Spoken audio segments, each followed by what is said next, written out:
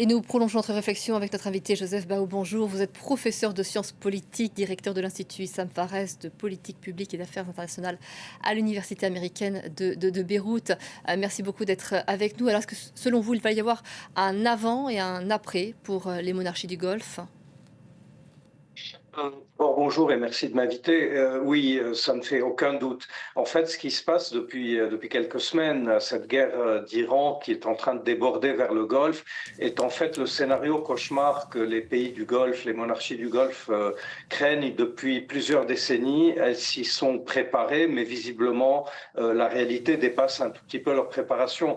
Alors en fait, il y a quelque chose d'un peu étrange puisque les monarchies du Golfe, essentiellement l'Arabie saoudite et peut-être d'autres pays comme le Qatar, Oman, etc., les derniers temps avaient beaucoup changé de position par rapport à une guerre possible avec l'Iran, alors qu'il y a quelques années, dans les années 2015-2016, ils étaient peut-être à l'avant-poste ou en ligne avancée vis-à-vis des États-Unis pour probablement une posture très agressive vis-à-vis de l'Iran. Les dernières années, on a vu ces pays vraiment changer de position et devenir du côté de la négociation et d'une solution pacifique. Donc c'est déjà le premier paradoxe de voir que l'Iran, dans la posture de dissuasion du faible au fort, les punissent de cette façon, mais c'est un tout petit peu aussi attendu dans la mesure où l'Iran avait toujours laissé entendre qu'en cas d'attaque, ce serait ce qu'elle considère comme les intérêts américains dans la région qui seraient ciblés, et ces intérêts américains, ils sont essentiellement dans le Golfe. Alors, pour revenir à votre question, effectivement, il va y avoir un changement de paradigme énorme après la guerre. Les États du Golfe ont essayé, comme je disais, donc de se prémunir par rapport à ce qu'on est en train de vivre aujourd'hui en déployant plusieurs axes de politique. Le premier, c'était d'abord, évidemment, de maintenir le parapluie de défense américain, mais aussi de le diversifier en achetant, par exemple, de l'équipement militaire de Chine, de Russie ou d'ailleurs. Visiblement, tout cela aujourd'hui s'avère un tout petit peu vain. Et la première des illusions pour les États du Golfe est de voir que le parapluie de défense américain a été beaucoup plus déployé vis-à-vis d'Israël pour défendre Israël qu'il ne l'a été pour défendre les États du Golfe, et ça crée probablement une rancœur qui va s'exprimer très probablement après la fin de la guerre. Le deuxième axe stratégique a été d'avancer vers, disons, les accords d'Abraham et d'avancer vers une sorte de relation avec Israël, en sachant qu'un jour ou l'autre, la guerre qui serait menée contre l'Iran mettrait en jeu Israël, et c'était donc une façon de se prémunir un tout petit peu par rapport à ce qui se passe aujourd'hui. Là aussi, on voit que cette politique n'a pas porté ses fruits, et je crois qu'il y aura probablement une révision par rapport à cette histoire. Le troisième axe, enfin, concerne l'Iran directement, surtout du point de vue de l'Arabie saoudite et d'autres. Un rapprochement avec l'Iran à partir de 2022-2023, on s'en souvient, sous égide chinoise, pour essayer un tout petit peu d'amadouer un jour ou l'autre, le jour où ces frappes se feront jour, et c'est le cas aujourd'hui, d'amadouer Téhéran et de la pousser à être plus clément vis-à-vis des États du Golfe. Et là aussi, ça s'avère être un calcul qui n'a pas complètement payé. Donc, pour toutes ces raisons, je crois qu'après la guerre, et on le voit déjà maintenant, on en voit les prémices maintenant, les monarchies du Golfe vont singulièrement revoir ce qu'on appelle leur perception de la menace et leur quête de garantie stratégique et de garantie de sécurité. Alors là, effectivement, on parle plus spécifiquement de sécurité, parce que c'est vrai il peut y avoir une sensation de trahison de la part des Américains, parce qu'il y avait cet accord, hein, vous l'avez évoqué, de pétrole contre protection. On voit que c'est très imparfait, très incomplet. Mais dans l'immédiat, ce que l'on voit aussi, c'est que l'Iran avait préparé sa riposte, avait préparé une riposte militaire, mais aussi une riposte économique. Et là, on voit que cette guerre a des conséquences économiques immédiates pour les pays du Golfe. Alors, c'est exactement la stratégie iranienne qu'on connaît depuis très longtemps. Enfin, je crois que des analystes dont je fais partie sont plutôt aujourd'hui étonnés de l'étonnement américain ou international vis-à-vis de cette question. Tout ça a été écrit, scripté, etc. Dans cette technique ou dans cette approche de dissuasion du faible au fort que l'Iran emprunte et n'a pas d'autre choix que de l'emprunter, il est évident que l'arme de la punition économique est une des armes privilégiées. Maintenant, bien entendu, cette arme, elle a des limites parce qu'elle se retourne aussi contre l'Iran, mais l'Iran aujourd'hui mène une guerre qu'on considère ou qu'elle qualifie elle-même d'existentielle. Donc je crois que les sacrifices à ce niveau sont tout à fait admissibles, acceptés et même intégrés par l'Iran. Donc en fait, la stratégie iranienne, elle est simple, c'est d'augmenter, de faire monter le coût de l'agression à un niveau qui devient inacceptable pour l'adversaire, quitte à ce qu'il soit très fort pour soi aussi. Mais encore une fois, tout cela est intégré et l'Iran aujourd'hui, je crois, n'a pas à se soucier du sentiment de sa population. Peut-être qu'elle s'en souciera dans quelques semaines, mais aujourd'hui, il s'agit de sauver le régime, il s'agit d'assurer la survie de la République islamique d'Iran. Donc en fait, la stratégie est de monter le coût au niveau des États du Golfe qui non seulement aujourd'hui dépendent de leur manne pétrolière, mais avaient développé depuis quelques années, peut-être même depuis plus d'une décennie, de nouvelles politiques de développement économique qui sont beaucoup plus axées sur le tourisme, sur le transport, sur la culture, etc., le développement muséal, etc. Et c'est ce branding-là, ce côté, cette nouvelle stratégie de vente à l'international des pays du Golfe qui est aujourd'hui atteinte aux côtés de la question uniquement pétrolière. Sur la question uniquement pétrolière, le coût qui est en train d'être infligé par l'Iran ici n'est pas seulement aux pays du Golfe, mais il est au monde, il est à l'économie mondiale.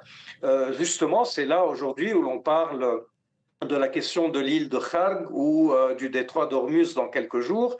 Mais là aussi, il y a quelque chose à prendre en compte que peut-être l'Iran n'a pas tout à fait intégré, c'est que l'équation énergétique mondiale est aujourd'hui en train de changer. C'est-à-dire que la dépendance occidentale, en tout cas américaine, et peut-être un peu moins chinoise ou autre vis-à-vis du pétrole du Golfe, a diminué les dernières années.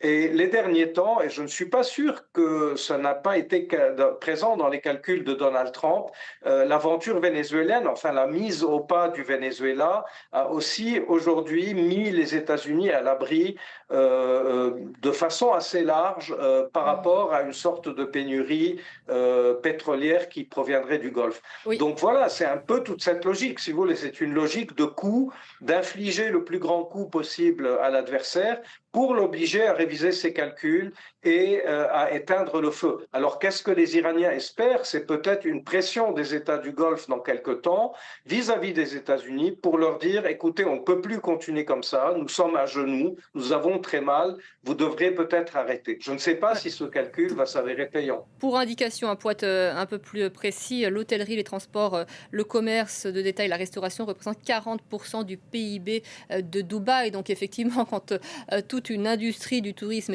est à l'arrêt, c'est catastrophique sur la durée. Alors du coup, c'est ma question. Joseph Baou, jusqu'à quand, puisque pour l'instant, il n'y a pas de riposte de la part des monarchies du Golfe, il n'y a que des menaces, jusqu'à quand le coût de la non-réponse va rester moins élevé que le coût de la réponse? Non, je crois qu'il n'y aura pas de réponse parce que le coût de la réponse risque d'être dévastateur. Je crois qu'aujourd'hui, les États du Golfe marchent sur un fil très ténu, sur une voie très étroite, qui est et d'ailleurs, vous remarquerez qu'aucun des États du Golfe n'a renvoyé l'ambassadeur iranien, n'a fermé ses représentations diplomatiques en Iran. Donc tout continue comme avant. Il y a même des rumeurs ou des nouvelles, je crois qu'elles sont confirmées, qu'il y a des contacts pratiquement quotidiens entre l'Arabie saoudite et la diplomatie iranienne. Il y en a aussi avec Israël. On sait aujourd'hui que le conseiller pour la sécurité nationale de Benjamin Netanyahou a eu des contacts poussés avec les Saoudiens il y a quelques jours. Donc les États du Golfe font ce qu'ils ont toujours fait, c'est-à-dire ce qu'ils appellent eux-mêmes du hedging, c'est-à-dire de la couverture à l'égard des deux parties. Ils ne prendront jamais le risque de rentrer dans une confrontation ouverte et frontale avec l'Iran. Ce serait probablement, pour certains en tout cas, le début d'une guerre encore plus dévastatrice. Jusqu'à maintenant, l'Iran n'a pas frappé les installations pétrolières ou les grands sites pétroliers comme Abqaiq en Arabie saoudite ou ailleurs au Qatar ou dans d'autres pays du Golfe. L'Iran se retient encore en arguant qu'elle ne frappe que des bases américaines. américaine. En fait, ce qu'elle dit aux États du Golfe, c'est la présence américaine sur votre sol, au lieu de vous défendre, est en train de beaucoup vous coûter. Je ne pense pas que les États du Golfe dépasseront un certain seuil rhétorique de riposte. Ils sont probablement en train aujourd'hui aussi de déployer des efforts diplomatiques et probablement derrière les coulisses, enfin en coulisses, vis-à-vis des Américains pour les pousser à revoir l'entièreté de cette aventure. Et je crois aussi que le théâtre des opérations qui est en train de s'élargir, je vous signale aujourd'hui que la guerre n'est pas confinée qu'au Golfe, la guerre est aujourd'hui au Liban, elle pourra demain s'ouvrir au Yémen si les Houthis aussi rentrent en jeu, ce qui sera un élément de dissuasion de plus pour des pays comme l'Arabie saoudite. Elle pourrait aussi après-demain s'étendre à des endroits comme l'Azerbaïdjan, peut-être d'autres théâtres aussi qui mettront en jeu la Turquie. Donc en fait, ce que l'Iran est en train de faire, c'est de dire à tout le monde, vous avez intérêt à ne pas vous embarquer dans cette histoire, laissez les Américains et les Israéliens tout seuls et avec le temps, nous pourrons peut-être voir nos accords Et de du coup, sécurité régionale. Tout ça, évidemment, excusez-moi juste une oui. chose, tout ça, évidemment, supposant que l'Iran survivra à cette guerre. Et du coup, ce sera ma dernière question à Joseph Baou. À moyen terme, on peut considérer qu'Israël en cela aura perdu la guerre. C'est-à-dire s'il y a un rapprochement de ces pays sunnites vers l'Iran, alors qu'il y avait plutôt un rapprochement vers Israël ces dernières années, ce sera une autre défaite pour Israël. N'utilisons pas le mot défaite, ce sera probablement un revers pour Israël. Effectivement, une très grande partie de la rationalité des accords d'Abraham était de monter un front sunnito-israélien dans le Golfe pour mettre à terre la République islamique d'Iran. Aujourd'hui, on voit que tout cet écheveau, tout cet édifice, toute cette architecture, au fond, n'est pas en train de porter ses fruits, effectivement. Je vous remercie beaucoup, Joseph Baou, pour ces éléments de compréhension absolument passionnants. Merci à vous d'avoir réagi sur notre antenne.